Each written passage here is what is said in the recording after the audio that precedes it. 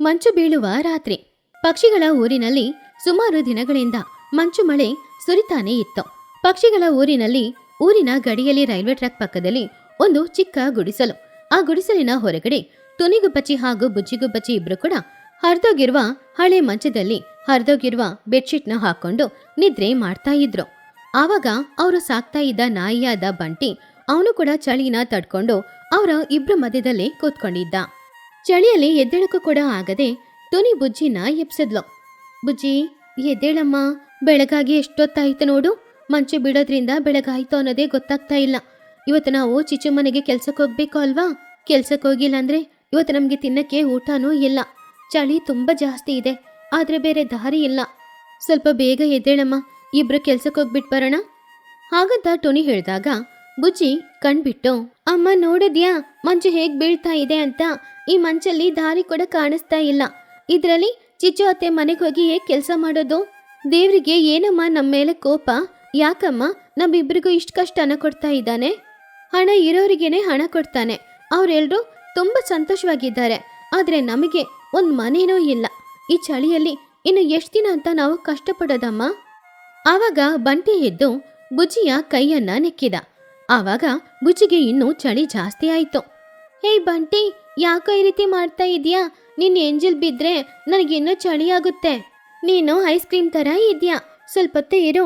ನಮ್ಮಮ್ಮ ಒಣಗಿರೋ ಕಡ್ಡಿಗಳನ್ನ ಹಾಕಿ ಬೆಂಕಿ ಹಾಕ್ತಾರೆ, ನಾವು ಅದ್ರ ಪಕ್ಕದಲ್ಲಿ ಕೂತ್ಕೊಳ್ಳೋಣ. ಅಮ್ಮ, ಈ ಚಳಿಯಲ್ಲಿ ಆ ಕಡ್ಡಿಗಳೆಲ್ಲ ಉರಿಯುತ್ತಾ? ಆವಾಗ ಟುನಿಗುಬ್ಬಚ್ಚಿ ಚಳಿನ ತಡ್ಕೊಂಡು ಎದ್ದು ಕೂತ್ಕೊಂಡು, ನಾನು ಆದಷ್ಟು ಪ್ರಯತ್ನ ಮಾಡ್ತೀನಿ. ದೇವ್ರೆ, ಯಾಕಿಷ್ಟು ಕಷ್ಟ ಕೊಡ್ತಾ ಇದೆಯಾ ನಮಗೆ? ಎಲ್ರೂ ಅವ್ರವ್ರ ಮನೆಯಲ್ಲಿ ಸಂತೋಷವಾಗಿದ್ದಾರೆ. ಬಿಸಿಲು ಬಂದರೆ AC ಹಾಕ್ಕೊಂಡು, ಚಳಿ ಬಂದರೆ ಹೀಟರ್ ಹಾಕ್ಕೊಂಡು. ಆದರೆ ನಮ್ಮ ಪರಿಸ್ಥಿತಿ ಮಾತ್ರ ಇನ್ನು ಎಷ್ಟು ದಿನಕ್ಕೆ ಹೀಗೇನೆ ಇರುತ್ತೆ. ನಾವು ನಿನ್ನ ದೃಷ್ಟಿಗೆ ಬೀಳ್ತಾ ಇದ್ದೀವ ಇಲ್ವಾ? ಅಮ್ಮ, ಬೇಜಾರು ಮಾಡ್ಕೊಳ್ಬೇಡ ಅಮ್ಮ. ಆ ದೇವ್ರ ಕಣ್ಣಿಗೆ ನಾವು ಕಾಣಿಸ್ತಿಲ್ಲ ಅಂತ ಕಾಣಿಸ್ತಿದೆ.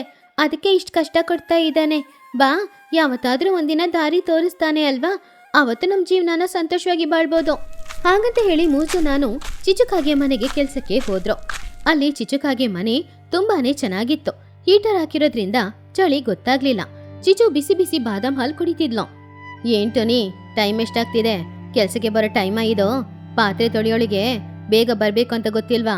ನನ್ ಮಗ ಚಿನ್ನು ಪಟ್ನದಿಂದ ಬಂದಿದ್ದಾನೆ. ಅವನಿಗೆ ಮನೆ ಗಜಿಬಿಜಿಯಾಗಿದ್ರೆ ಇಷ್ಟ ಆಗಲ್ಲ. ಚೆನ್ನಾಗಿ ಕ್ಲೀನ್ ಆಗಿರ್ಬೇಕು. ಪಾತ್ರೆಗಳನ್ನ ನೋಡಿದ್ಯಾ? ಎಲ್ಲ ಹಾಗೇನೆ ಬಿದ್ದಿದೆ. ಹೋಗೋ, ಮೊದ್ಲು ತೊಳಿ, ಆಮೇಲೆ ಮಾತಾಡ್ಕೊಳ್ಳೋಣ. ಹಾಗಂತ ಹೇಳಿದಾಗ ಟೊನಿನು ಸರಿ ಅಂತ ಹೇಳಿ ಪಾತ್ರೆ ತೊಳಿತಾ, ಅಮ್ಮ ಕ್ಷಮಿಸ್ಬಿಡಿ, ಚಳಿ ಜಾಸ್ತಿ ಇತ್ತು ಅಲ್ವಾ? ರೋಡೆಲ್ಲ ಕೂಡ ಕಾಣಿಸ್ಲಿಲ್ಲ. ಅದಕ್ಕೆ ಬರಕ್ಕೆ ಸ್ವಲ್ಪ ಲೇಟ್ ಆಯ್ತು. ನೀರ್ ಬೇರೆ ಐಸ್ ತರ ಇದೆ. ಇದ್ರಲ್ಲಿ ಪಾತ್ರೆ ತೊಳಿಬೇಕು ಅಂದ್ರೆ ತುಂಬಾ ಕಷ್ಟ ಆಗುತ್ತೆ. ಆವಾಗ್ಲೇ ಚಿನ್ನು ಎದ್ದು ಅವನ ಬೆಡ್ರೂಮ್ ಇಂದ ಸ್ಟೈಲ್ ಆಗಿ ಬಂದ. ಅಮ್ಮ, ಈ ಟೊನಿ ಆಂಟಿ ಅವರು ಇನ್ನು ಯಾಕೆ ಈ ಹಳ್ಳಿ ಜನ ತರನೇ ಇದ್ದಾರೆ. ನಮ್ ಪಟ್ನದಲ್ಲೆಲ್ಲ ಈ ಪಾತ್ರೆ ತೊಳಿಯಕ್ಕೆ ಡಿಶ್ ವಾಷರ್ ಇದೆ. ಅದ್ರಲ್ಲಿ ತೊಳಿಯಕ್ಕೆ ಪಾತ್ರೆಗಳನ್ನ ಇಟ್ರೆ ಪಳಪಳ ಅಂತ ಬಿಸಿನೀರಲ್ಲಿ ತೊಳೆದು ಕೊಡುತ್ತೆ. ಇವರನ್ನ ನೋಡೋದ್ಯಾ? ಮಂಚಲ್ಲಿ ಒದ್ದೆಯಾಗಿ ಕಾಗೆ ತರ ಬಂದಿದ್ದಾರೆ. ಹಾಗಂತ ಹೇಳಿದಾಗ ಹೊರಗಡೆ ಇದ್ದ ಬುಚ್ಚಿಗೆ ತುಂಬಾ ಅನುಕೋಪ ಬಂತು. ಏಯ್ ಚಿನ್ನು, ನೀನು ಪಟ್ನದಲ್ಲಿ ಡಿಶ್ ವಾಷರ್ ಇದೆ ಅಂತ ಹೇಳ್ದೆ ಅಲ್ವಾ? ಮತ್ತೆ ಹಳ್ಳಿಯಲ್ಲಿ ನಿನ್ಗೇನು ಕೆಲ್ಸ? ಪಟ್ನದಲ್ಲಿ ಇರ್ಬೋದು ತಾನೆ? ಮೊದ್ಲು ನಿಮ್ಮಮ್ಮನ ಎತ್ಕೊಂಡು ಹೋಗಿ ಆ ಡಿಶ್ ವಾಷರ್ ಅಲ್ಲಿ ಹಾಕೋ. ಆವಾಗ್ಲಾದ್ರೂ ಅವ್ರ ಮನ್ಸಲ್ಲಿರುವ ಕೊಳೆ ಹೋಗುತ್ತಾ ಅಂತ ನೋಡೋಣ. ನಮ್ಮಮ್ಮ ನಿಮ್ ಮನೆನ ಯಾವಾಗ್ಲೂ ಕ್ಲೀನ್ ಆಗಿ ಇಟ್ಕೊಂಡಿರೋದ್ರಿಂದಾನೆ ನೀವೆಲ್ರೂ ತುಂಬಾ ಚೆನ್ನಾಗಿ ಆರೋಗ್ಯದಿಂದ ಇರೋದು. ನಮ್ಮಮ್ಮನೇ ಇಲ್ಲ ಅಂದ್ರೆ ಆವಾಗ ಗೊತ್ತಾಗ್ತಿತ್ತು ನಿಮ್ ಪರಿಸ್ಥಿತಿ ಏನು ಅಂತ. ಅದನ್ನ ಅರ್ಥ ಮಾಡ್ಕೋ. ಬಾಯ್ ಮುಚ್ಚು ಬುಜ್ಜಿ. ನಿಮ್ಮಮ್ಮ ನಮ್ಮ ಮನೆಯಲ್ಲಿ ಕೆಲಸ ಮಾಡೋರು. ಅವ್ರ ಮಗಳಿಗೆ ಇಷ್ಟ ಅಹಂಕಾರ ಇರಬಾರ್ದು. ನೀವು ನಮ್ಮ ಹತ್ರ ಭಿಕ್ಷೆ ಬೇಡಿ ತಿನ್ನೋರಲ್ವಾ? ಹಾಗಾದ್ರೆ ನಾನು ಏನ್ ಹೇಳಿದ್ರು ಕೇಳ್ಕೊಂಡು ಸುಮ್ನೆ ಇರ್ಬೇಕಷ್ಟೆ. ನೀನ್ ಸುಮ್ನಿರೋ ಚಿನ್ನೋ. ಬಾಯಿ ಮುಚ್ಕೋ ಬುಜ್ಜಿ. ಏನ್ ಅನ್ಕೊಂಡಿದ್ಯಾ? ಅಷ್ಟ ಅಹಂಕಾರ ಯಾಕೆ ನಿನ್ಗೆ? ಕೆಲ್ಸದವಳ ಮಗಳಿಗೆ ಇಷ್ಟ ಅಹಂಕಾರ ಎಲ್ಲ ಇರಬಾರ್ದು. ಸರಿ, ಆ ನಾಯಿನ ಯಾಕೆ ಕರ್ಕೊಂಡ್ ಬಂದೆ? ನನ್ ಟೈಲ್ಸ್ ಎಲ್ಲ ಹಾಳ್ ಮಾಡಕ್ಕ? ಹೆದ್ರಬೇಡಿ ಚಿಚ್ಚು ಆಂಟಿ, ನಮ್ಮ ಬಂಟಿ ನಿಮ್ ಮನೆಯೊಳಗಡೆನೆ ಬರಲ್ಲ. ನಿಮ್ಮ ಟೈಲ್ಸ್ ಹಾಳಾಗಲ್ಲ. ಆ ಟೈಲ್ಸ್ ಎಷ್ಟು ಗಟ್ಟಿಯಾಗಿದೆಯೋ ಅಷ್ಟು ಗಟ್ಟಿ ನಿಮ್ ಮನ್ಸು ಅನ್ನೋದು ನನ್ ಬಂಟಿಗೂ ಗೊತ್ತು. ಮತ್ತೆ ನನ್ ಬಂಟಿದು ಪಾದಗಳು ತುಂಬಾನೇ ಕ್ಲೀನ್ ಆಗಿದೆ. ನಿಮ್ಮ ಮನ್ಸೆ ತುಂಬಾ ಕೊಳಕಾಗಿರೋದು. ಮೊದ್ಲು ಅದನ್ನ ಕ್ಲೀನ್ ಮಾಡ್ಕೊಳ್ಳಿ. ಆವಾಗ್ಲಾದ್ರೂ ಮನೆ ತುಂಬಾ ಕ್ಲೀನ್ ಆಗಿರುತ್ತೆ. ಹಾಗಂತ ಹೇಳಿ ಟುನಿ, ಬುಜ್ಜಿ ಹಾಗೂ ಬಂಟಿ ಎಲ್ರೂ ಮನೆಗೆ ಹೋಗ್ತಾ ಇದ್ದಾಗ ದಾರಿಯಲ್ಲಿ ಚೋಟಗಿಳಿನ ನೋಡಿದ್ರು. ಆವಾಗ ಚೋಟಗಿಳಿ ಟುನಿನ ನೋಡಿ ಅವಳ ಬಗ್ಗೆ ಹೆಮ್ಮೆಯಿಂದ ಮಾತಾಡಕ್ಕೆ ಶುರು ಮಾಡಿದ್ಲು. ಅಲ್ಲಿ ಪಕ್ಕದಲ್ಲಿ ಬನ್ನು ಕೂಡ ಕೂತ್ಕೊಂಡಿದ್ದ. ನೋಡಿದೀಯ ಟುನಿ, ಬನ್ನು ಹಾಕೊಂಡಿರೋ ಸ್ವೆಟರು ಪಟ್ನದಲ್ಲಿ ಹೋಗಿ ತಗೊಂಡ್ ಬಂದಿದ್ದು. 5,000 ರೂಪಾಯಿ. ಈ ತರದ್ದು 2-3 ಇಟ್ಕೊಂಡಿದ್ದಾನೆ. ಆದ್ರೆ ಬುಜ್ಜಿ ಮಾತ್ರ ಯಾವಾಗ್ಲೂ ಈ ಕಂಬ್ಳಿನ ಹೊತ್ಕೊಂಡಿರ್ತಾಳೆ. ಆ ಕಂಬ್ಳಿ ನೋಡು ಎಷ್ಟು ಹಳೇದಾಗಿದೆ ಅಲ್ವಾ? ಹೌದ್ ಬುಜ್ಜಿ, ಇದನ್ನ ಹಾಕೊಂಡ್ರೆ ಸ್ವಲ್ಪನೂ ಚಳಿ ಗೊತ್ತಾಗಲ್ಲ, ತುಂಬಾ ಸಾಫ್ಟ್ ಆಗಿನೂ ಇರುತ್ತೆ. ಆದ್ರೆ ನೀನ್ ನೋಡು, ಆ ಕಂಬ್ಳಿ ಹಾಕೊಂಡಿರುವಾಗ ಹಳೆ ಫಿಲಂ ವಿಲ್ಲನ್ ತರ ಕಾಣಿಸ್ತಾ ಇದ್ಯಾ. ಅದು ಅಲ್ದೆ ಕಂಬ್ಳಿ ವಾಸನೆ ಬೇರೆ ಬರ್ತಾ ಇದೆ. ಆ ವಾಸನೆ ಇಲ್ಲಿ ತನಕ ಬರ್ತಿದೆ ಕಣೆ. ಹೌದಾ ಬನ್ನು, ನಿಮ್ಮಮ್ಮ 5,000 ಕೊಟ್ಟು ಸ್ವೆಟರ್ ತೆಗೆದು ಕೊಟ್ಟಿದ್ದಾರಾ?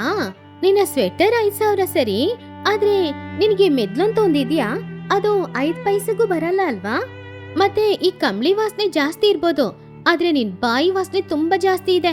ಗೌರವ ಅನ್ನೋದು ಹಾಕೊಳ್ಳೋ ಬಟ್ಟೆಯಲ್ಲಿ ಇರಲ್ಲ, ಅವ್ರವ್ರ ಮನ್ಸಲ್ಲಿ ಇರುತ್ತೆ, ಅವ್ರು ನಡ್ಕೊಳ್ಳೋ ವಿಧಾನದಲ್ಲಿ ಇರುತ್ತೆ. ನಮ್ಮಮ್ಮ ಹೇಗ್ ಮಾತಾಡ್ಬೇಕು, ಹೇಗ್ ನಡ್ಕೊಳ್ಬೇಕು ಅಂತ ನನಗೆ ಹೇಳಿಕೊಟ್ಟಿ ಬೆಳೆಸಿದ್ದಾರೆ. ಆದ್ರೆ ನಿಮ್ಮಮ್ಮ ನಿನ್ನ ಆ ರೀತಿ ಬೆಳೆಸಿಲ್ಲಲ್ಲ, ಅದಕ್ಕೆ ಈ ರೀತಿ ಮಾತಾಡ್ತಿದ್ಯಾ. ಅದನ್ನ ಕೇಳಿ ಟುನಿ ಬುಜ್ಜಿ ಹತ್ರ, ಬುಜ್ಜಿ ಹಾಗೆಲ್ಲ ಮಾತಾಡ್ಬಾರ್ದು. ಚೋಟು, ಬನ್ನೋದು ಹಳೆ ಸ್ವೆಟರ್ ಏನಾದ್ರೂ ಇದೆಯಾ? ಆದ್ರೆ ಇದ್ರೆ ಬುಜ್ಜಿಗೆ ಕೊಡ್ತೀಯಾ? ರಾತ್ರಿ ಚಳಿ ತಡ್ಕೊಳಕ್ ಆಗ್ತಿಲ್ಲ ಅವಳಿಂದ. ಹಳೆ ಬೆಡ್ಶೀಟ್ ಇದ್ರೂ ಪರವಾಗಿಲ್ಲ, ಅದಾದ್ರೂ ಇದ್ರೆ ಕೊಡು. ಆವಾಗ ಚೋಟು ಅಹಂಕಾರದಿಂದ, ಹಳೆ ಸ್ವೆಟರಾ? ಅದನ್ನೆಲ್ಲ ನಾನು ಕೆಲ್ಸದವ್ರಿಗೆ ಕೊಟ್ಬಿಟ್ಟೆ ಅಲ್ವಾ? ಅದು ಅಲ್ದೆ ಬನ್ನು ಹಾಕೊಳ್ಳೋ ಸ್ವೆಟರ್ನ ಬುಜ್ಜಿ ಹಾಕಿದ್ರೆ ನಮ್ ಸ್ಟೇಟಸ್ ಹಾಳಾಗುತ್ತೆ. ನೋಡ್ತೀನಿ, ಯಾವತ್ತಾದ್ರೂ ಭಿಕ್ಷೆ ಹಾಕ್ತೀನಿ. ಅಮ್ಮ, ಇವ್ರ ಭಿಕ್ಷೆಯಲ್ಲಿ ಬಾಳ್ಬೇಕಾಗಿರೋ ಅವಶ್ಯಕತೆ ನನಗಿಲ್ಲ. ಇವರ ಗೌರವ ಇವ್ರ ಬಟ್ಟೆಯಲ್ಲಿದೆ, ಆದ್ರೆ ನಮ್ ಗೌರವ ನಮ್ಮ ಮನ್ಸಲ್ಲಿದೆ ಅಮ್ಮ. ಬಾ ಅಮ್ಮ, ಇವ್ರಿಗೆ ಹಾಕೊಂಡಿರುವ 5,000 ಸ್ವೆಟರ್ಗಿಂತ ನಮ್ಮ ಬಂಟಿನ ತಪ್ಕೊಂಡು ಇಟ್ಕೊಂಡ್ರೇನೆ ಚೆನ್ನಾಗಿರುತ್ತೆ. ಹಾಗಂತ ಹೇಳಿ ಅವ್ರು ಹೋಗ್ತಾ ಇದ್ದಾಗ ದಾರಿಯಲ್ಲಿ ಲೂಸಿ ಪಾರಿವಾಳನ ನೋಡಿದ್ರು. ಲೂಸಿ ತುಂಬಾ ದೊಡ್ಡ ಶ್ರೀಮಂತೆ, ಅಹಂಕಾರಿನೂ ಕೂಡ. ಏನ್ ಟೋನಿ, ನಾಯಿನ ಬುಜ್ಜಿನ ಕಟ್ಕೊಂಡು ನನ್ ಮನೆ ದಾರಿಯಿಂದ ನಡ್ಕೊಂಡು ಹೋಗ್ತಾ ಇದೀಯಾ? ಈ ನಾಯಿನ ನನ್ ಮನೆ ಕಡೆ ಕರ್ಕೊಂಡ್ ಬರ್ಬೇಡ ಅಂತ ಎಷ್ಟು ಸಲ ಹೇಳೋದು? ನನ್ ಗಾರ್ಡನ್ ಅಲ್ಲಿ ಕಾಸ್ಟ್ಲಿ ಗಿಡಗಳು ಇದೆ. ನಿನ್ನ ನಾಯಿಗೆ ಏನಾದ್ರೂ ರೋಗ ಇದ್ದು ಆ ಗಿಡಗಳಿಗೆ ರೋಗ ಹರಡಿದ್ರೆ ಏನ್ ಮಾಡೋದು? ಅಯ್ಯೋ ಇಲ್ಲ ಲೂಸಿ, ನಮ್ ಮನೆಗೆ ಹೋಗಕ್ಕೆ ಈ ದಾರಿನ ಬಿಟ್ರೆ ಬೇರೆ ದಾರಿ ಇಲ್ವಲ್ಲ, ಅದಕ್ಕೆ ಈ ದಾರಿಯಲ್ಲಿ ನಾವು ನಡ್ಕೊಂಡು ಹೋಗ್ತಾ ಇರೋದು. ಆಂಟಿ, ನಮ್ಮ ಬಂಟಿಗೆ ಏನೋ ರೋಗ ಇಲ್ಲ, ನಿಮಗೇನೆ ಹಣ ಇದೆ ಅನ್ನುವ ಅಹಂಕಾರದ ರೋಗ ಇದೆ. ನಾಯಿಗೆ ರೋಗ ಇದ್ರೆ ಗಿಡಗಳಿಗೆ ಹರಡುತ್ತೆ ಅಂತ ಯಾವ ಸೈಂಟಿಸ್ಟ್ ಆಂಟಿ ನಿಮ್ಗೆ ಹೇಳಿದ್ದು? ನೀವು ನಿಮ್ ಕನ್ನಡಕನ ಹಾಕೊಂಡ್ ಬರ್ಲಿಲ್ವಾ? ಅದಕ್ಕೆ ಮುಂದ್ಗಡೆ ಇರೋದು ಯಾರು ಅಂತ ಕಾಣಿಸ್ಲೇ ಇಲ್ಲ. ನಿಮ್ಮ ಗಿಡಗಳಿಗಿಂತ ನಮ್ ಬಂಟಿ ಎಷ್ಟೋ ಪರವಾಗಿಲ್ಲ. ಮತ್ತೆ ಇದು ಗವರ್ಮೆಂಟ್ ಹಾಕಿರುವ ರೋಡು. ಈ ರೋಡಲ್ಲಿ ನಾವು ನಡ್ಕೊಂಡು ಹೋಗ್ತೀವಿ, ನಮ್ ಬಂಟಿನೂ ನಮ್ ಜೊತೆನೆ ಬರ್ತಾನೆ. ನಮ್ಮನ್ನ ಹೀಗೆ ನಡ್ಕೊಂಡು ಹೋಗ್ಬಾರ್ದು ಅಂತ ಹೇಳಕ್ಕೆ ನಿಮಗೆ ರೈಟ್ಸ್ ಇಲ್ಲ, ಅದನ್ನ ಅರ್ಥ ಮಾಡ್ಕೊಳ್ಳಿ. ಏನ್ ಬುಜ್ಜಿ, ಅಹಂಕಾರ ಜಾಸ್ತಿ ಆಗ್ತಿದೆ. ಒಬ್ಳು ಕೆಲ್ಸದವಳ ಮಗಳಿಗೆ ಯಾಕಿಷ್ಟು ಅಹಂಕಾರ? ಸ್ವಲ್ಪ ನೋಡ್ಕೊಂಡು ಮಾತಾಡ್ಕೊಳ್ಳು ಟುನಿ. ಆಂಟಿ, ನಮ್ಮಮ್ಮ ಕೆಲ್ಸ ಮಾಡೋರೆ, ಪಾತ್ರೆ ತೊಳಿತಾರೆ, ಕೈಯೆಲ್ಲ ಕೊಳಕಾಗುತ್ತೆ. ಆದ್ರೆ ನಿಮ್ಮಂತ ಶ್ರೀಮಂತರ ಮನಸ್ಸು ಆ ಕೈಗಿಂತ ತುಂಬಾ ಕೊಳಕಾಗಿರುತ್ತೆ. ಮೊದ್ಲು ಆ ಕೊಳಕನ್ನೆಲ್ಲ ನೀವ್ ಹೇಗಾದ್ರೂ ಕ್ಲೀನ್ ಮಾಡ್ಕೊಳ್ಳಿ. ಸಂಜೆ ಸಮಯ ಆಯ್ತು. ಗಾಳಿ ಜೋರಾಗಿ ಬೀಸ್ತಾ ಇತ್ತು, ಮಂಚು ಜಾಸ್ತಿನೇ ಬೀಳ್ತಾ ಇತ್ತು. ಆದ್ರಿಂದ ಚಳಿ ಹೆಚ್ಚಾಗ್ತಾ ಇತ್ತು. ಟುನಿ ಹಾಗೂ ಬುಜ್ಜಿ ಎಲ್ರು ಹೋಗ್ತಾ ಇದ್ದಾಗ ದಾರಿಯಲ್ಲಿ ಅವರು ಕುಹುಬಾತುನ ನೋಡಿದ್ರು.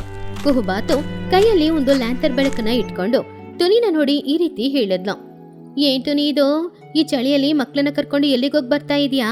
ಪಾಪ ದಾರಿನೂ ಕಾಣಿಸ್ತಾ ಇಲ್ಲ ಅಲ್ವಾ? ತಗೋ, ಈ ಬೆಳಕಿಟ್ಕೋ, ಅವಾಗ್ಲೇ ದಾರಿ ಕಾಣಿಸುತ್ತೆ. ಮನೇಲಿ ಸ್ವಲ್ಪ ಬಿಸಿ ಗಂಜಿ ಇದೆ, ಬುಜ್ಜಿಗೋಸ್ಕರ ಹೋಗಿ ತಗೊಂಡ್ ಬರ್ತೀನಿ. ಅವಾಗ ಟುನಿ ಕುಹುನ ನೋಡಿ, ಥ್ಯಾಂಕ್ಸ್ ಕುಹು, ಇನ್ನು ನಿನ್ನಂತವ್ರು ಇದ್ದಾರೆ ಅಂದ್ರೇನೆ ತುಂಬಾ ಸಂತೋಷ ಆಗ್ತಾ ಇದೆ. ಎಲ್ರು ನಮ್ ಕಷ್ಟನ ನೋಡಿ ನಗಾಡ್ತಾ ಇದ್ರೆ ನೀನ್ ಮಾತ್ರ ಸಹಾಯ ಮಾಡ್ತಿದ್ಯಾ. ಹೌದು ಆಂಟಿ, ನನಗೋಸ್ಕರ ಗಂಜಿ ಕೊಡ್ತೀನಿ ಅಂತ ಹೇಳ್ತಾ ಇದ್ದೀರಾ. ಎಷ್ಟು ಒಳ್ಳೆಯವ್ರು ನೀವು.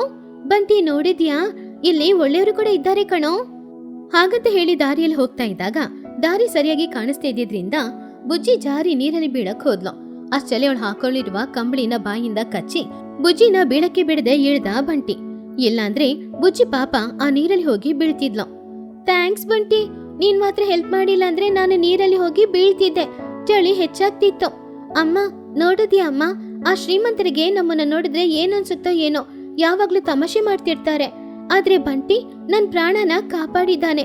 ಆ ಮನುಷ್ಯರಿಗಿಂತ ಇವನೇ ಪರವಾಗಿಲ್ಲಮ್ಮ. ಹಾಗಂತ ಹೇಳಿದಾಗ ಬುಜ್ಜಿನ ನೋಡಿ ಟೋನಿ, ಹೌದಮ್ಮ, ಮನುಷ್ಯರಿಗೆ ಬರ್ತಾ ಬರ್ತಾ ಮನಸ್ಸಾಕ್ಷಿನೇ ಇಲ್ಲ. ಆದ್ರೆ ಬಾಯಿಲ್ದೆ ಇರುವ ಈ ಜೀವಿಗಳಿಗೆ ಮನಸ್ಸಾಕ್ಷಿ ಅನ್ನೋದು ತುಂಬಾನೇ ಇದೆ. ಆ ಮನುಷ್ಯರ ಜೊತೆ ಇರೋದ್ಕಿಂತ ಈ ಮೂಗಜೀವಿಯ ಜೊತೆನೆ ಸಂತೋಷವಾಗಿ ಬಾಳ್ಬೋದು. ಹಾಗಂತ ಅನ್ಕೊಂಡು ಹೇಗೋ ಕಷ್ಟಪಟ್ಟು ಎಲ್ರು ಮನೆಗ್ ಬಂದ್ರು. ಮನೆಗೆ ಕಿಟಕಿ ಬಾಗಿಲು ಏನು ಇಲ್ಲ ಅನ್ನೋದ್ರಿಂದ ಮನೆಯೊಳಗಡೆ ಕೂಡ ತುಂಬಾನೇ ಚಳಿಯಾಗ್ತಿತ್ತು. ಚಳಿಗಾಲಿನೂ ಬೀಸ್ತಾ ಇತ್ತು. ಅವಾಗ ಟೋನಿ ಮನೇಲಿರುವ ಎಲ್ಲಾ ಕಂಬಳಿಗಳನ್ನ ಬುಜ್ಜಿಗೆ ಹಾಕಿ ಅವಳನ್ನ ಮಲ್ಗ ಕೇಳಿದ್ಲು. ಅಮ್ಮ, ಏನಮ್ಮ ನನ್ನನ್ ಮಾತ್ರ ಮಲ್ಗ ಕೇಳಿ ನೀನು ಅಲ್ಲೇ ಕೂತ್ಕೊಂಡಿದ್ಯಾ? ನಿನಗೆ ಚಳಿ ಆಗ್ತಿಲ್ವಾ? ಬಾ ಅಮ್ಮ, ನೀನ್ ಕೂಡ ನನ್ ಜೊತೆ ಬಂದ್ ಮಲ್ಕೋ. ಮಧ್ಯದಲ್ಲಿ ಬಂಟಿನ ಮಲಗಿಸ್ಕೊಳ್ಳೋಣ. ಆವಾಗ ನಮ್ಮಿಬ್ರಿಗೂ ಅಷ್ಟೇನು ಚಳಿ ಆಗಲ್ಲ. ಅವಾಗ ಟುನಿ ಬುಜ್ಜಿನ ನೋಡಿ ನಗುತ್ತಾ, ಪರವಾಗಿಲ್ಲ ಬುಜ್ಜಿ, ನೀನ್ ಮಲಗು. ಈ ಚಳಿನ ನನ್ನಿಂದ ತಡ್ಕೊಳಕ್ಕಾಗುತ್ತೆ. ಆದ್ರೆ ನೀನು ಓದೋ ಹುಡುಗಿ, ಚೆನ್ನಾಗಿ ಓದ್ಬೇಕು. ನಿನ್ಗೇನೂ ಆಗ್ಬಾರ್ದು. ಈ ಊರಲ್ಲಿ ಚಿಚು ಮನೆಗಿಂತ ದೊಡ್ಡ ಮನೆಯನ್ನ ಕಟ್ಟಿ ಅದ್ರಲ್ಲಿ ಬಂಟಿಗೂ ಕೂಡ ಒಂದ್ ರೂಮ್ ಕೊಡ್ಬೇಕು. ಸರಿ ಬಂಟಿ, ಹಾಗ್ ನೀನಾದ್ರೂ ಬಾರೋ, ನನ್ ಪಕ್ಕ ಮಲ್ಕೋ. ಅಮ್ಮ, ನಾಳೆನಾದ್ರೂ ಈ ಮಂಚು ಬೀಳೋದು ನಿಲ್ಲುತ್ತಾ? ಸೂರ್ಯ ಹೊರಗಡೆ ಬರ್ತಾನಾ? ನಾಳೆ ಸ್ವಲ್ಪನಾದ್ರೂ ನಮ್ಗೆ ಈ ಕಷ್ಟ ಎಲ್ಲ ತೀರುತ್ತಾ ಅಮ್ಮ? ಆವಾಗ ಟುನಿ ಬೇಜಾರಿಂದ, ಖಂಡಿತ ಮಗಳೇ, ದೇವ್ರ ಕಣ್ಣಿಗೆ ಇವಾಗ ನಾವು ಕಾಣಿಸ್ತೇ ಇರ್ಬೋದು. ಆದ್ರೆ ಯಾವತ್ತಾದ್ರೂ ಒಂದಿನ ಅವನ ದೃಷ್ಟಿ ನಮ್ಮ ಮೇಲೆ ಬಿದ್ದೇ ಬೀಳುತ್ತೆ. ಆವಾಗ ನಮ್ ಕಷ್ಟನ ಅವನ್ ಸರಿ ಮಾಡಿನೇ ಮಾಡ್ತಾನೆ. ನಾಳೆ ಉದಯವಾಗುವ ಸೂರ್ಯ ನಮಗೋಸ್ಕರ ಉದಯವಾಗ್ತಾನೆ. ನೀನು ಏನು ಯೋಚನೆ ಮಾಡದೆ ಮಲಗಿ ನಿದ್ರೆ ಮಾಡು. ಹಾಗಂತ ಹೇಳಿ ಟುನಿ ಕೂಡ ಪಕ್ಕದಲ್ಲಿ ಮಲಗದ್ಲು. ಅವರಿಬ್ಬರ ಮಧ್ಯದಲ್ಲಿ ಬಂಟಿ ಕೂತ್ಕೊಂಡಿದ್ದ. ಹೊರಗಡೆ ಚಳಿ ತುಂಬಾನೇ ಜಾಸ್ತಿ ಇತ್ತು. ಆ ಚಳಿಯಲ್ಲಿ ಒದ್ದಾಡ್ಕೊಂಡು ಆ ಚಿಕ್ಕ ಮನೆಯಲ್ಲಿ 3 ಜೀವಿಗಳು ಬಾಳ್ತಾ ಇದ್ರು ತುಂಬಾನೇ ಕಷ್ಟಪಟ್ಟು. ಅವ್ರು ಪಡೋ ಕಷ್ಟಕ್ಕಿಂತ ಅಲ್ಲಿರೋರು ಎಲ್ರು ಮಾತಾಡುವ ಮಾತು ಅವರಿಗೆ ತುಂಬಾನೇ ಕಷ್ಟನ ಕೊಡ್ತಾ ಇತ್ತು. ಆದ್ರೆ ಎಷ್ಟೇ ಕಷ್ಟ ಬಂದ್ರೂ ಅವ್ರ ಮಧ್ಯದಲ್ಲಿರುವ ಪ್ರೀತಿ ಮಾತ್ರ ಹಾಗೇನೆ ಇತ್ತು. ಬಂಟಿ, ಬಾರೋ, ಬಂದ್ ಮಲ್ಕೊಳ್ಳೋ. ಈ ಕಥೆಯಲ್ಲಿರುವ ನೀತಿ, ಶ್ರೀಮಂತರಿಗೆ ಬಡವರ ಕಷ್ಟ ಗೊತ್ತಾಗಲ್ಲ. ಬಡವರು ಕಷ್ಟ ಪಡೋದು ಅವರ ದೃಷ್ಟಿಯಲ್ಲೂ ಕೂಡ ಬೀಳಲ್ಲ. ಆದ್ರೆ ಅವ್ರು ಯಾವಾಗ್ಲೂ ತುಂಬಾ ಸಂತೋಷವಾಗಿರ್ತಾರೆ. ಆದ್ರೆ ಬಡವರ ಮನೆಯಲ್ಲಿ ಕಷ್ಟ ಎಷ್ಟೇ ಇದ್ರೂ ಸರಿ, ಒಬ್ರಿಗೊಬ್ರು ಸಹಾಯ ಮಾಡ್ಕೊಂಡು ಒಬ್ರ ಮೇಲೆ ಇನ್ನೊಬ್ರು ಪ್ರೀತಿ ಇಟ್ಕೊಂಡು ಸಂತೋಷವಾಗಿ ಬಾಳ್ತಾರೆ. ಪಕ್ಷಿಗಳ ಫುಡ್ ಚಾಲೆಂಜ್. ಪಕ್ಷಿಗಳ ಊರಿನಲ್ಲಿ ಆ ದಿನ ಬೆಳಗ್ಗೆ ವಾತಾವರಣ ತುಂಬಾ ವೆರೈಟಿ ಆಗಿತ್ತು. ಯಾವಾಗ್ಲೂ ಅಡಿಗೆ ಮನೆಯಲ್ಲಿ ಅಡಿಗೆ ಮಾಡ್ತಾ ಇರುವ ತಾಯಿಯಂದಿರಾದ ಚೋಟು, ಟುನಿ, ಚಿಚು 3 ಜನನು ಇವತ್ತು ಅಡಿಗೆ ಮನೆಯಲ್ಲಿ ಅಡಿಗೆ ಮಾಡ್ಲಿಲ್ಲ. ಅವ್ರ ಗಂಟ್ಲನ್ನ ಸರಿ ಮಾಡ್ಕೊಂಡ್ರು. ಅಡಿಗೆ ಮಾಡೋದಲ್ಲ, ತಿನ್ನೋದೇ ನಿಜವಾದ ಟ್ಯಾಲೆಂಟ್ ಅಂತ ಅವರು ಅರ್ಥ ಮಾಡ್ಕೊಂಡ್ರು. ಆ ದಿನ ಸಂಜೆ ಸಮಯ ಗಾಳಿ ತಂಪಾಗಿ ಬೀಸ್ತಾ ಇದ್ರು ಕೂಡ ಅವರ ಮಾತು ತುಂಬಾನೇ ಹಾಟ್ ಆಗಿತ್ತು. ಆವಾಗ ಚಿಚುಕಾಗಿ ಸ್ಟೈಲ್ ಆಗಿ, ಅಬ್ಬಾ ತುನಿ, ಈ ನಡುವೆ ನನಗೆ ತುಂಬಾನೇ ಹಸಿವಾಗ್ತಾ ಇದೆ. ನಿನ್ನೆ ರಾತ್ರಿ ನನ್ ಮನೆಯಲ್ಲಿ ಏನ್ ನಡೀತು ಗೊತ್ತಾ? 2 ಕಿಲೋ ಬಿರಿಯಾನಿ, ಅರ್ಧ ಬಕೆಟು ಚಿಕನ್ ಫ್ರೈ ನಾನೊಬ್ಳೇ ತಿಂದೆ. ನನ್ನ ಚಿನ್ನು ನನ್ನ ನೋಡಿ ಕೇಳ್ತಾನೆ, ಅಮ್ಮ ನೀನೇನು ಮನುಷ್ಯ ಅಥವಾ ರಾಕ್ಷಸಿನ ಅಂತ. ಚೋಟು ಗಿಳಿ ನಗುತ್ತಾ, ಸಾಕು ನಿಲ್ಸು ನಿನ್ನ ಬಿರಿಯಾನಿ ಗೋಲ. ಅದೆಲ್ಲ ಒಂದು ಲೆಕ್ಕನ? ನಾನ್ ಮೊನ್ನೆ ಒಂದು ಮದ್ವೆಗೆ ಹೋಗಿ ಕೂತ್ಕೊಂಡೆ. 50 ರೀತಿಯ ಬಗೆ ಬಗೆಯಾದ ಐಟಮ್ಗಳಿತ್ತು. ಅಷ್ಟು ಐಟಮ್ನ ಎಲೆ ಅರ್ಧೋಗದ ಹಾಗೆ ನಾನು ಒಬ್ಳೆ ಕೂತ್ಕೊಂಡು ಊಟ ಮಾಡಿದೆ. ಅಲ್ಲಿರೋರು ಬಡ್ಸಿ ಕೈ ನೋವಾಯ್ತು ಅವರಿಗೆ. ಸಾಕು, ನೀವಿಬ್ರು ನಿಲ್ಲಿಸ್ತೀರಾ? ನನ್ ಬಗ್ಗೆ ನಿಮ್ಗೆ ಗೊತ್ತಿಲ್ವಲ್ಲ. ಬೆಳಿಗ್ಗೆ ಸೂರ್ಯ ಉದಯಿಸಿದಾಗಿಂದ ಅಸ್ತಮ ಆಗುವ ತನಕ ನಾನು ತಿಂತಾನೆ ಇರ್ತೀನಿ, ಅಷ್ಟು ಪವರ್ಫುಲ್. ಅಲ್ಲಿದ್ದ ಅಕ್ಕಿ ಎಲ್ಲನೂ ಖಾಲಿ ಆಯ್ತು. ಯಾಕೆ ಗೊತ್ತಾ? ನಾನು ಅನ್ನ ಮಾಡ್ಕೊಂಡೇನ್ ತಿನ್ಲಿಲ್ಲ, ಅಲ್ಲಿದ್ದ ಅಕ್ಕಿನ ಹಾಗೇನೆ ತಿನ್ಬಿಟ್ಟೆ. ಅಷ್ಟೊಂದು ಹಸಿವು ನನಗೆ. ಅಯ್ಯೋ, ಹಾಗೇನೆ ಅಕ್ಕಿನೇ ತಿಂತಾರ ಯಾರಾದ್ರೂ? ಮತ್ತೆ ನನ್ ಕೆಪಾಸಿಟಿ ಅಂತದ್ದು. ಹೀಗೆ ಒಬ್ಬೊಬ್ರಾಗಿ ಸುಳ್ಳು ಅಲ್ಲಲ್ಲ ಅವ್ರ ಬಗ್ಗೆ ಹೆಮ್ಮೆಯಿಂದ ಹೇಳ್ಕೊಳ್ತಿದ್ರು. ಒಬ್ರು ಬೆಟ್ಟನ ಹೊಡೆದಾಕ್ತೀನಿ, ಇನ್ನೊಬ್ರು ನದಿ ನೀರನ್ನ ಕುಡಿದ್ಬಿಡ್ತೀನಿ ಅಂತ ಮಾತಾಡ್ತಾ ಇದ್ದಾಗ ಸರಿಯಾಗಿ ಆ ಸಮಯದಲ್ಲಿ ಕುಹುಬಾತು ಆ ಕಡೆ ಬಂತು. ಸಾಕು ನಿಲ್ಲಿಸ್ತೀರಾ? ಇಲ್ಲಿ ಒಂದು ಪೈಪೋಟಿ ಇದೆ, ನಿಮ್ಮ ಕೆಪಾಸಿಟಿ ಎಲ್ಲ ಅಲ್ಲಿ ಗೊತ್ತಾಗುತ್ತೆ. ಏನ್ ಕುಹು, ಬ್ಯೂಟಿ ಕಾಂಪಿಟೇಷನ್ ಅದು? ಇಲ್ಲ ಚಿಚ್ಚು, ಇದು ಮಹಾಭೋಜನ ಸಂಗ್ರಮ. ನಮ್ಮ ಊರಲ್ಲಿರುವ ಮಗಿಯವರು ಮತ್ತು ಲೂಸಿಯವರು ಇಬ್ರು ಸೇರ್ಕೊಂಡು ಈ ಊರಿನಲ್ಲಿ ಮಹಾಭೋಜನ ಕೂಟವನ್ನು ಏರ್ಪಡಿಸಿದರೆ ಯಾರು ಅಧಿಕ ತಿಂತಾರೋ ಅವರಿಗೆ ಪ್ರೈಸ್. ಹೌದಾ?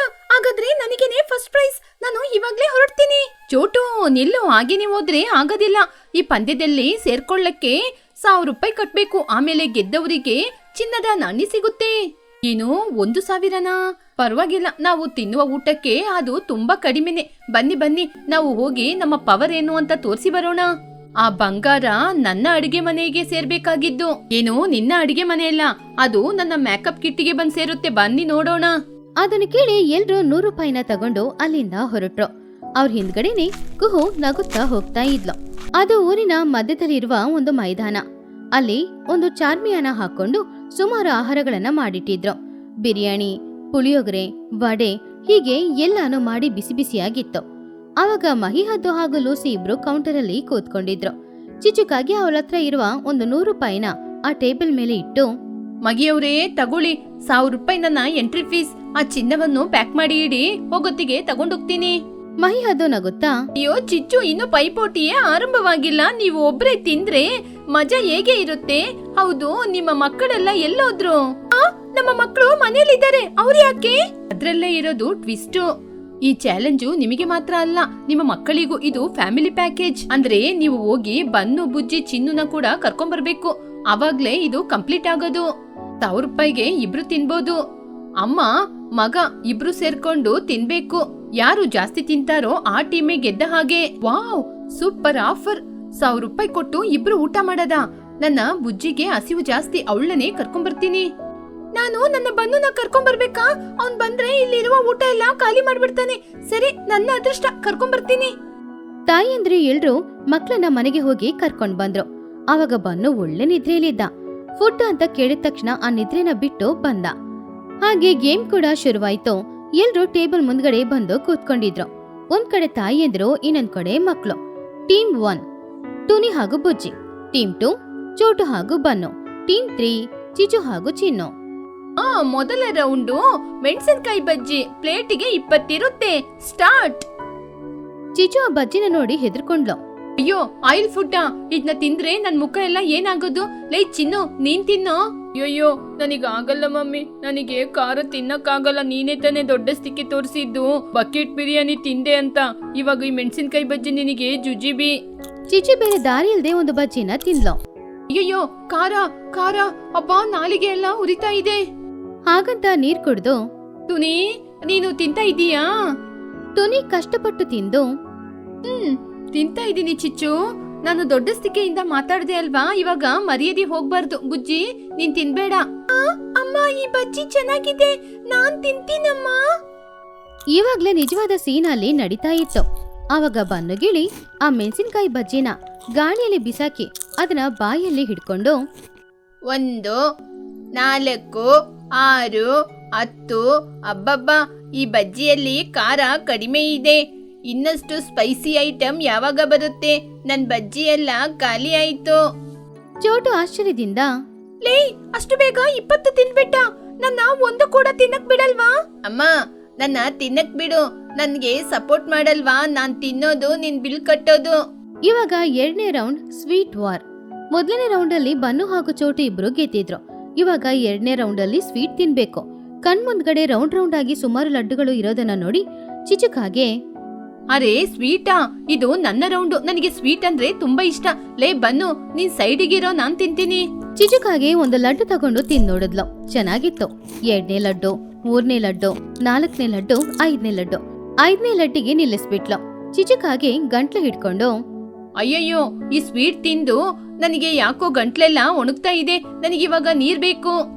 ಟೋನಿ 2 ಲಡ್ಡುಗಳನ್ನ ತಿಂದು, ಅಯ್ಯಯ್ಯೋ ಚಿಚ್ಚು, ನನ್ನಿಂದ ಆಗಲ್ಲ, ನನಗೆ ಶುಗರ್ ಬಂದ್ಬಿಡುತ್ತೆ. ಬುಜ್ಜಿ, ನೀನ್ ತಿನ್ನು. ಅಮ್ಮ, ನನಗೆ ಸ್ವೀಟ್ ಇಷ್ಟನೇ, ಆದ್ರೆ ಇಷ್ಟೊಂದು ಸ್ವೀಟ್ ನಾನ್ ತಿನ್ನಲ್ಲ. ಹಾಗಂತ ಮೆಲ್ಲೆ ತಿಂತಾ ಇದ್ಲು. ಕ್ಯಾಮೆರಾ ಪುನಃ ಬನ್ನನ್ನ ಫೋಕಸ್ ಮಾಡ್ತಿತ್ತು. ಬನ್ನು ಆ ಲಡ್ಡುಗಳನ್ನ ಕ್ರಿಕೆಟ್ ಬಾಲ್ ತರ ಗಾಳಿಯಲ್ಲಿ ಹಾರಾಡ್ಸ್ಕೊಂಡು ತಿಂತಾ ಇದ್ದ. ಆಹಾ, ಲಡ್ಡು ತುಂಬಾ ಚೆನ್ನಾಗಿದೆ. ಲೂಸಿ ಆಂಟಿ, ಲಡ್ಡಲ್ಲಿ ಸ್ವಲ್ಪ ತುಪ್ಪ ಕಡಿಮೆ ಆಗಿದೆ, ಆದ್ರೂ ಪರವಾಗಿಲ್ಲ, ನಾನು ಅಡ್ಜಸ್ಟ್ ಮಾಡ್ಕೊಂಡು ತಿಂತೀನಿ. ಸರಿ, ನನಗೆ ಇನ್ನೊಂದ್ ಪ್ಲೇಟ್ ಲಡ್ಡು ಕೊಡ್ತೀರಾ? ಏ ಬನ್ನು, ನೀನೇನು ಮನುಷ್ಯನಾ ಅಥವಾ ಮಿಕ್ಸಿನಾ? ಹೇಗೇನೋ ಇದನ್ನ ಇಷ್ಟೊಂದು ತಿಂತಾ ಇದೀಯಾ?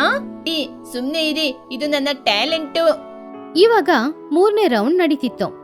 ಇವಾಗ್ಲೇ ತುಂಬಾ ಮಂದಿ ಡ್ರಾಪ್ ಆಗಿದ್ದಾರೆ. ಚಿಚ್ಚು ವಾಂತಿ ಮಾಡ್ಕೊಳ್ತಿದೆ. ಚೋಟು ಹೊಟ್ಟೆ ಉಬ್ಬಿಸ್ಕೊಂಡು ಮಲ್ಕೊಂಡಿದೆ. ಮುನಿ ಇವಾಗ ಸೋಡಾ ಕುಡಿತಿದೆ. ಇವಾಗ ಲೀಡ್ ಅಲ್ಲಿರೋದು ಮಕ್ಳೇ. ಬನ್ನು, ಚಿನ್ನು, ಬುಜ್ಜಿ. ಈ ರೌಂಡು ಗಂಜಿನು ಉಪ್ಪಿನಕಾಯಿ. ದೊಡ್ಡ ಪಾತ್ರೆಯಲ್ಲಿ ಮೊಸರನ್ನ ಇಟ್ರು. ಚಿನ್ನು ಅದನ್ನ ನೋಡಿದ ತಕ್ಷಣ ಕೈ ಎತ್ತ. ಜಜ್ಜವ್ರೆ, ನನಗೆ ಹೊಟ್ಟೆ ತುಂಬಿ ಹೋಗಿದೆ, ನಾನು ಕ್ವಿಟ್ಟು. ಇವಾಗ ಬನ್ನು ಹಾಗೂ ಬುಜ್ಜಿ ಮಾತ್ರ ಇದ್ರು. ಬುಜ್ಜಿ, ನೀನು ಗೆಲ್ಬೇಕು, ನಮ್ ಮರ್ಯಾದಿನ ಉಳಿಸ್ಬೇಕು. ಬನ್ನು, ಸೋಲ್ಬೇಡ ಕಣೋ, ಆ ಚಿನ್ನ ನಮಗೇನೆ. ಬುಜ್ಜಿ ಮೆಲ್ಲೆ ತಿಂದ್ಕೊಂಡು, ಬನ್ನು, ನಿನಗೆ ಹೊಟ್ಟೆ ತುಂಬಿಲ್ವಾ? ಇನ್ನು ತಿಂತೀಯಾ? ಜಿ, ಮೊಸರನ್ನ ಅಂದ್ರೆ ನನಗೆ ತುಂಬಾ ಇಷ್ಟ. ಇದನ್ನ ತಿಂದ್ರೆ ಹೊಟ್ಟೆಯಲ್ಲಿರುವ ಖಾರ, ಸ್ವೀಟು ಎಲ್ಲ ತಣ್ಣಗಾಗುತ್ತೆ. ನೀನು ತಿನ್ನು. ಇಬ್ರು ಸ್ಪೀಡ್ ಆಗಿ ತಿಂತಾ ಇದ್ರು. ಬುಜ್ಜಿ ಬನ್ನುಗೆನೆ ಟಫ್ ಕೊಡ್ತಾ ಇದ್ಲು. ಅದನ್ನ ಟುನಿ ಆಶ್ಚರ್ಯದಿಂದ ನೋಡ್ತಾ ಇದ್ಲು. ನನ್ ಮಗಳು ಇಷ್ಟು ಚೆನ್ನಾಗಿ ತಿಂತಾಳೆ ಅಂತ ನನಗೆ ಗೊತ್ತಿಲ್ಲ. ನನ್ ಗೆಲ್ಬೇಕು, ಆ ಚಿನ್ನವನ್ನು ನಾವೇ ತಾನೇ ಗೆಲ್ಬೇಕು. ಕೊನೆವರೆಗೂ ಇಬ್ರು ಆ ಮೊಸರನ್ನ ತಿಂತಾ ಇದ್ರು. ಪಾತ್ರೆ ಖಾಲಿಯಾಯ್ತು. ಜಡ್ಜಸ್ಗಳು ಆಶ್ಚರ್ಯಪಟ್ರು. ಇದು ಅದ್ಭುತ. ಚರಿತ್ರೆಯಲ್ಲಿ ಯಾವಾಗ್ಲೂ ಹೀಗೆ ನಡೆದಿಲ್ಲ. ಪನ್ನುಗೆ ಪೈಪೋಟಿಯಾಗಿ ಬುಜ್ಜಿ ಕೂಡ ಗೆದ್ದಿದ್ದಾಳೆ. ಇಬ್ಬರು ಒಂದೇ ರೀತಿ ಇರುವುದರಿಂದ ಇವರಿಬ್ಬರು ಕೂಡ ಪೈಪೋಟಿಯಲ್ಲಿ ವಿಜೇತರಾಗಿದ್ದಾರೆ. ಎಲ್ರೂ ಸಂತೋಷಪಟ್ರು. ಚೋಟು ಹಾಗೂ ಟೋನಿ ಇಬ್ರು ತುಂಬಾನೇ ಸಂತೋಷಪಟ್ರು. ಚಿಚುಕಾಗಿಗೆ ಮಾತ್ರ ತುಂಬಾ ಅಸೂಯೆಯಾಗ್ತಿತ್ತು. ಛೀ, ನನ್ನ 1000 ರೂಪಾಯಿ ವೇಸ್ಟ್ ಆಯ್ತು. ಆ ಬಜ್ಜಿ ಎಲ್ಲ ನನ್ನ ಹೊಟ್ಟೆಯೊಳಗೆ ಹೋಗಿ ಏನೇನೋ ಕೆಲಸ ಮಾಡ್ಬಿಡ್ತು. ಬಹುಮಾನವಾಗಿ ಇಬ್ರಿಗೂ ಚಿನ್ನದ ಸೌಟನ್ನು ಕೊಡ್ತಿದೀವಿ. ಬನ್ನು ಆ ಸ್ಪೂನ್ನ ತಗೊಂಡು, ಥ್ಯಾಂಕ್ ಯು ಆಂಟಿ. ಈ ಸ್ಪೂನಲ್ಲಿ ತಿನ್ನೋದು ಕಷ್ಟ ಅಲ್ವಾ, ಅದಕ್ಕೆ ನನಗೊಂದು ಪ್ಲೇಟ್ ಕೊಟ್ಟಿದ್ರೆ ಚೆನ್ನಾಗಿರ್ತಿತ್ತು. ನಾನು ಈ ಸೌಟನ್ನು ನಮ್ಮ ಅಮ್ಮನಿಗೆ ಕೊಡ್ತೀನಿ. ಅಮ್ಮ, ನಾಳೆಯಿಂದ ನೀವು ಈ ಚಿನ್ನದ ಸೌಟಲ್ಲೇ ನನಗೆ ಬಡಿಸ್ಬೇಕು. ಗೇಮ್ ಓವರ್ ಆಯ್ತು. ಎಲ್ರೂ ಮನೆಗೆ ಹೊರಟ್ರು. ಆದ್ರೆ ಯಾರಿಂದಾನೂ ನಡಿಯಕ್ಕಾಗ್ಲಿಲ್ಲ. ಎಲ್ಲರ ಹೊಟ್ಟೆನೂ ಬಲೂನ್ ತರ ದೊಡ್ಡದಾಗಿತ್ತು. ಅಮ್ಮ, ನನ್ನ ಯಾರಾದ್ರೂ ಎತ್ಕೊಂಡೋಗಿ. ನನ್ನ ಕಾಲು ರಸ್ತೆ ಮೇಲೆ ನಿಲ್ಲಿಕ್ಕೇನೆ ಆಗ್ತಾ ಇಲ್ಲ. ನನಗೇನೆ ನಡ್ಕೊಂಡು ಹೋಗಕ್ಕೆ ಆಗ್ತಾ ಇಲ್ಲ ಕಣೋ. 1000 ರೂಪಾಯಿಗೆ ಆಸೆ ಪಟ್ಟು ಏನೇನೋ ತಿಂದು ಇವಾಗ ಸೋಡಾ ಅಂಗಡಿನ ಹುಡುಕ್ಬೇಕಾಗಿದೆ. ಇದರಿಂದ ನನ್ನ ಫೇಸ್ ಹಾಳಾಯ್ತು, ನನ್ನ ಹೊಟ್ಟೆನೂ ಹಾಳಾಯ್ತು. Heroine competition. ಅಮ್ಮ, ನಿನಗೆ ಇವಾಗಾದ್ರೂ ಅರ್ಥ ಆಯ್ತಾ? ನೀನು ಇಷ್ಟೊಂದು ತಿನ್ನೋದಿಲ್ಲ ಅಂತ ನಿನಗೆ ಗೊತ್ತು ತಾನೆ, ಮತ್ತೆ ಯಾಕೆ ಅವ್ರ ಜೊತೆ ಪೈಪೋಟಿಗೆ ಹೋದೆ? ನನ್ನ 1000 ರೂಪಾಯಿ ಕಳೆದೋಯ್ತು ಅಂತ ನಾನೇ ಕೋಪದಲ್ಲಿದ್ದೀನಿ. ನೀನು ಇನ್ನು ನನ್ನ ಜೊತೆ ಮಾತಾಡಕ್ ಬರ್ಬೇಡ. ಬಾರೋ ಮನೆಗೆ, ನಾನು ಯಾರು ಅಂತ ತೋರಿಸ್ತೀನಿ. ಅಜ್ಜಿ, ನಿನಗೆ ಹೇಗಮ್ಮ ಇದೆ? ಅಮ್ಮ, ನನಗೆ ಗೆದ್ದಿದ್ದಕ್ಕೆ ಸಂತೋಷ ಆಗ್ತಿದೆ. ಆದ್ರೆ ನಾಳೆ ಶಾಲೆಗೆ ರಜೆ ಹಾಕ್ಬೇಕು. ನನ್ನಿಂದ ನಡೆಯಕ್ಕೆ ಕೂಡ ಆಗ್ತಿಲ್ಲ. ಎಲ್ರೂ ನಗುತ್ತಾ ಹೊಟ್ಟೆ ಹಿಡ್ಕೊಂಡು ಉರುಳ್ಕೊಂಡೇ ಮನೆಗೆ ಹೋದ್ರು.